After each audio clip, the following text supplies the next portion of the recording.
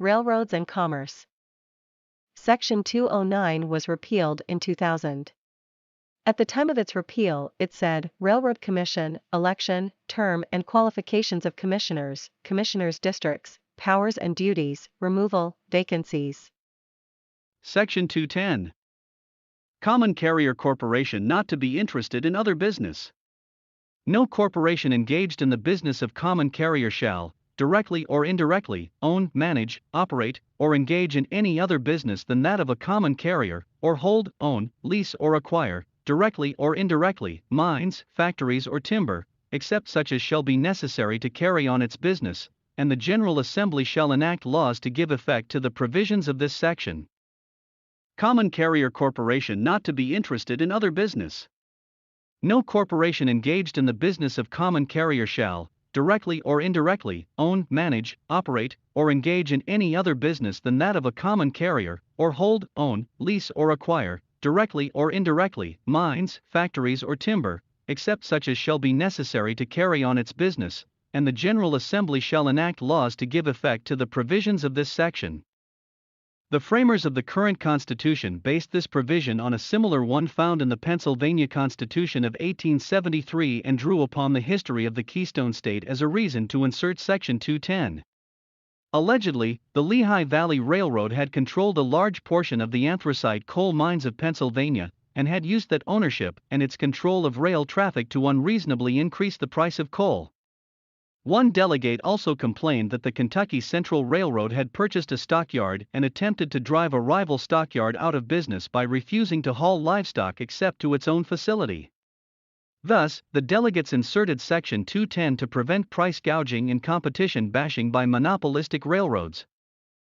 Section 210 has not produced much litigation, although in 1972 the Kentucky Court of Appeals ruled that the section prohibits a railroad from establishing an independent securities business, in Commonwealth v. Louisville and Nashville Railroad Company, 1972.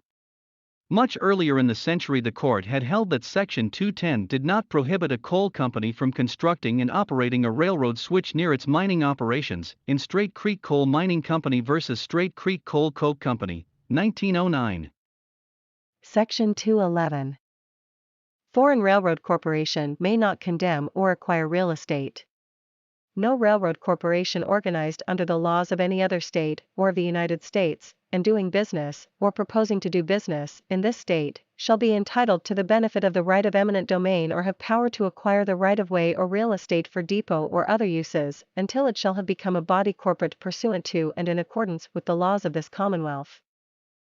Opponents of this provision argued that Section 211 granted to foreign corporations, that complied with its provisions, powers that should only be delegated by the legislature, namely the power to condemn or acquire real estate. Proponents of Section 211 argued that it would prevent foreign corporations from seeking refuge in federal court if sued in Kentucky, since compliance with this section would render such a corporation a resident of the Commonwealth and deprive it of access to federal courts under the diversity of citizenship privilege. The Kentucky Court of Appeals undermined that objective when it ruled in 1903 that a foreign corporation that complied with Section 211 by filing a copy of its charter or articles of incorporation with the Secretary of State did not lose its right to remove actions instituted against it to the federal court, since such a suit is regarded as being brought against the stockholders of the corporation, who are presumed to be citizens of the state that originally created the corporation, in Davis v. Chesapeake and Ohio Railway Company, 1903. In one of the few other cases arising under Section 211, the court also ruled that the provision applies to a foreign corporation purchasing a line in Kentucky from an existing railroad company as well as one wishing to build such a line in the state, in Plummer v. Chesapeake and Ohio Railway Company, 1911, but that it does not apply to a foreign tramway company seeking to have land condemned in Kentucky, in Goose Creek Land Company v. White, 1927. Section 212. Rolling stock, earnings, and personal property of railroads subject to execution or attachment. The rolling stock and other movable property belonging to any railroad corporation or company in this state shall be considered personal property, and shall be liable to execution and sale in the same manner as the personal property of individuals. The earnings of any railroad company or corporation, and shows as in action, money and personal property of all kinds belonging to it, in the hands, or under the control, of any officer, agent, or employee of such corporation or company, shall be subject to process of attachment to the same extent and in the same manner, as like property of individuals when in the hands or under the control of other persons. Any such earnings, shows as in action, money or other personal property may be subjected to the payment of any judgment against such corporation or company, in the same manner and to the same extent as such property of individuals in the hands of third persons. Supporters of this section included it in order to improve the chances of creditors, especially those who secured judgments in personal injury lawsuits, to collect debts owed them by railroads, which had been allegedly evading them in large part during the period of the Third Constitution. Opponents of the provision argued that railroad cars, rolling stock, should be exempted from the actions of creditors so that the railroad could continue to serve its customers. The proper legal response to an insolvent railroad, they argued, was not to sell off its personal property, but to put it in receivership so that it could continue to operate and serve the public while establishing a plan to gradually pay off its debts. In one of the very few cases concerning this section, a federal court of appeals ruled in 1894 that the Section 212 description of the movable property of railroads as personal property operated to prevent the court from considering such property as real estate that required an appraisal prior to a mortgage foreclosure sale. In Columbia Finance Trust Company v. Kentucky Union Railway Company. Section 213. Railroad companies to handle traffic with connecting carriers without discrimination.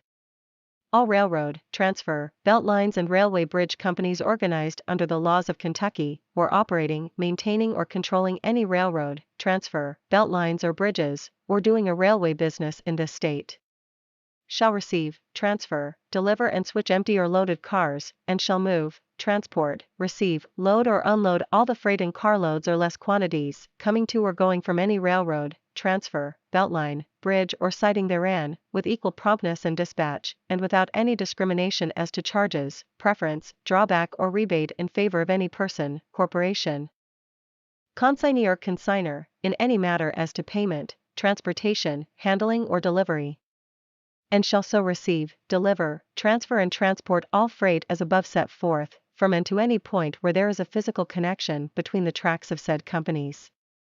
But this section shall not be construed as requiring any such common carrier to allow the use of its tracks for the trains of another engaged in like business. Opponents of the Louisville and Nashville Railroad Company inserted this section to force the L&N, the largest railroad in the Commonwealth, to haul the freight of rival connecting railroads at reasonable rates. Critics of the L&N contended that it either refused to haul such freight or did so only at unreasonably high rates.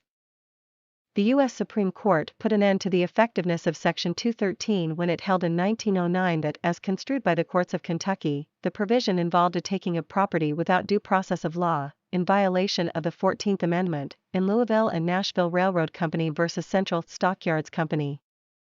Section 214. Railroad not to make exclusive or preferential contract. No railway, transfer, belt line or railway bridge company shall make any exclusive or preferential contract or arrangement with any individual, association or corporation, for the receipt, transfer, delivery, transportation, handling, care or custody of any freight, or for the conduct of any business as a common carrier. Framers of this section likewise had the Louisville and Nashville Railroad in mind, especially its refusal to ship livestock to a stockyard in competition with another yard that had an exclusive contract with the L&N, a decision that put the first stockyard out of business. Section 214 prohibits such exclusive contracts. Most of the few reported cases concerning Section 214 occurred early in the century, although the Kentucky Court of Appeals also held in 1951 that Section 214 did not invalidate a contract by a railroad that gives a taxicab company the exclusive right to solicit passengers on its premises, in Yellow Cab Company v. Murphy. Several of the cases involved the L&N Railroad, including one in 1913 that invalidated a contract giving one shipper a preferential rate, in Louisville and Nashville Railroad Company v. Allen, 1913. Section 215. Freight to be handled without discrimination. All railway, transfer, belt lines or railway bridge companies shall receive, load, unload, transport, haul, deliver and handle freight of the same class for all persons, associations or corporations from and to the same points and upon the same conditions, in the same manner and for the same charges, and for the same method of payment. Although convention delegates said nothing of substance about this section, they obviously intended it to require railroads to charge the same rates for each and every customer to haul their freight and not permit them to discriminate between customers as railroads had allegedly been doing during the period of the Third Constitution, 1851 to 1891. By 1912 all of the relatively few significant cases about this section had been decided, including one in that year that held that it was not an unreasonable burden on interstate commerce to require a railroad to obey state laws with respect to purely interstate shipments, in Louisville and Nashville Railroad Company v. Higdon. Like the Higdon case, the others involved rather technical questions of railroad rates. Section 216. Railroad must allow tracks of others to cross or unite. All railway, transfer, belt lines and railway bridge companies shall allow the tracks of each other to unite, intersect and cross at any point where such union, intersection and crossing is reasonable or feasible. Some convention delegates charged that this section and sections 213 to 215 and 217 were in part intended to settle a lawsuit between the Kentucky and Indiana Bridge Company and the Louisville and Nashville Railroad Company in favor of the Bridge Company, requiring the L&N to receive freight carried over the K&I's bridge at a point where the railroad had no station. Section 216 has not been extensively litigated, and a number of the existing decisions deal with the L&N, which resisted the application of the provision on several occasions. The Kentucky Court of Appeals ruled that Section 216 required the L&N to allow an electric street railroad to cross its tracks even though 40 to 45 trains would use the crossing daily, and the possibility existed that electric cars might stall on the crossing because of a power failure. In Louisville and Nashville Railroad Company versus Bowling Green Railway Company, 1901. The court also sustained an indictment of the L&N for violation of Section 216 without any action by the Railroad Commission, in Commonwealth versus Louisville and Nashville Railroad Company, 1901. However, the Louisville and Nashville secured a victory in 1906 when the court ordered an urban railroad to compensate it for crossing its tracks, reasoning that only when crossings are made on public property may such crossings be made without compensation under Section 216. In Owensboro City Railroad Company versus Louisville and Nashville Railroad Company, 1906. Section 217. Penalties for violating Sections 213, 214, 215, or 216, Attorney General to enforce. Any person, association or corporation, willfully or knowingly violating any of the provisions of Sections 213, 214, 215, or 216, shall, upon conviction by a court of competent jurisdiction, for the first offense be fined $2,000. For the second offense, $5,000. And for the third offense, shall thereupon, ipso facto, forfeit its franchises, privileges or charter rights. And if such delinquent be a foreign corporation, it shall, ipso facto, forfeit its right to do business in this state, and the Attorney General of the Commonwealth shall forthwith, upon notice of the violation of any of said provisions, institute proceedings to enforce the provisions of the aforesaid sections. Proponents of this section argued that it was necessary because the General Assembly, which was overly under the influence of the railroad lobby, could not be trusted to penalize the railroads. These advocates depicted the railroads as exploiters of the public, companies that charged too high rates and manipulated the price of their stock in order to enrich themselves at the expense of widows and orphans. Detractors of Section 217 submitted that it did not belong in a constitution, that penalties should be prescribed by the legislature, and that the penalties were too severe and would discourage investment in Kentucky. In one of the few decisions concerning this section, the Kentucky Court of Appeals ruled that its penalty provisions are mandatory and that statutory provisions establishing different penalties are therefore invalid. In Louisville and Nashville Railroad Company v. Commonwealth, 1898. Section 218. Long and short hauls.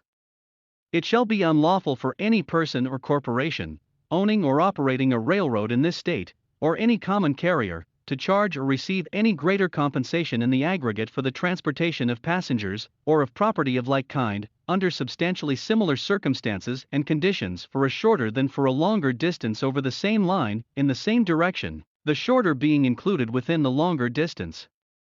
But this shall not be construed as authorizing any common carrier, or person or corporation, owning or operating a railroad in this state, to receive as great compensation for a shorter as for a longer distance, provided that upon application to the state agency as may have jurisdiction over such matters, such common carrier, or person or corporation owning or operating a railroad in this state, may in special cases, after investigation by the appropriate state agency, be authorized to charge less for longer than for shorter distances for the transportation of passengers or property. And the appropriate state agency may, from time to time, prescribe the extent to which such common carrier, or person or corporation, owning or operating a railroad in this state, may be relieved from the operation of this section. One of the major complaints about railroad rates that emerged during the 19th century declared that carriers charged more per mile for short hauls of freight and passengers than long hauls. Not surprisingly, given their penchant to deal with specific railroad problems rather than delegate to the legislature, convention delegates addressed the long-haul short-haul problem in the Constitution.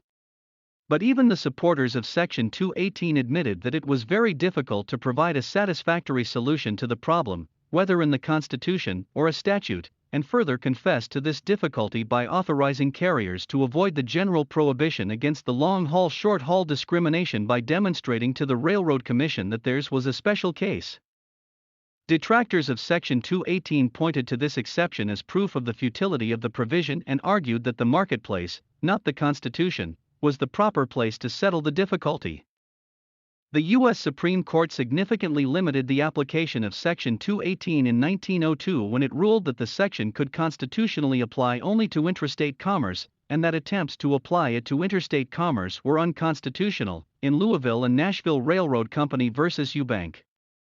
Since the time of that decision, very few others have been published that directly concern Section 218.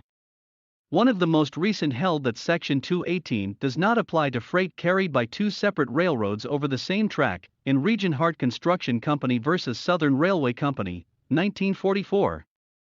Thank you for viewing this history of the Kentucky Constitution. For more information, please see the following references. Citizen's Guide to the Kentucky Constitution by the Legislative Research Commission, available online.